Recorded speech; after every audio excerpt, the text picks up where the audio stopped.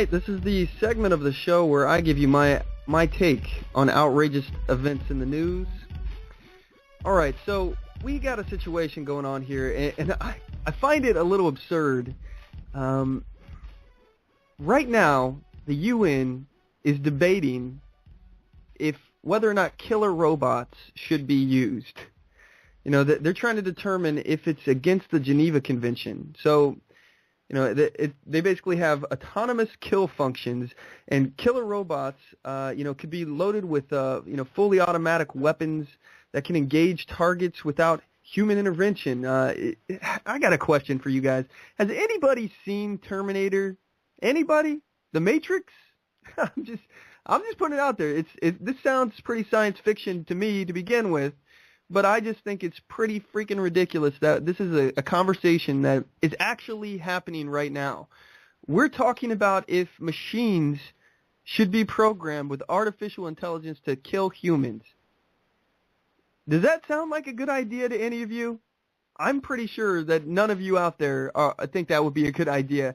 Whether or not we're talking about how these robots can be used to, save humans on the battlefield or whatever, this is a mistake. This to me is something that I would stay far, far away from.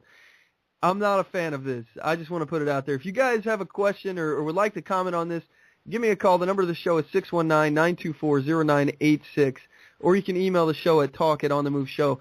I'm just curious what you guys have to say about this, because this thing, this seems like a pretty incredible situation.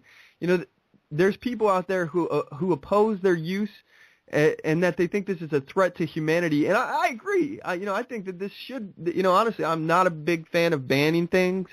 I have never really been on the jumping on the bandwagon for banning things, but this is one of those things that I just don't think that we should mess with.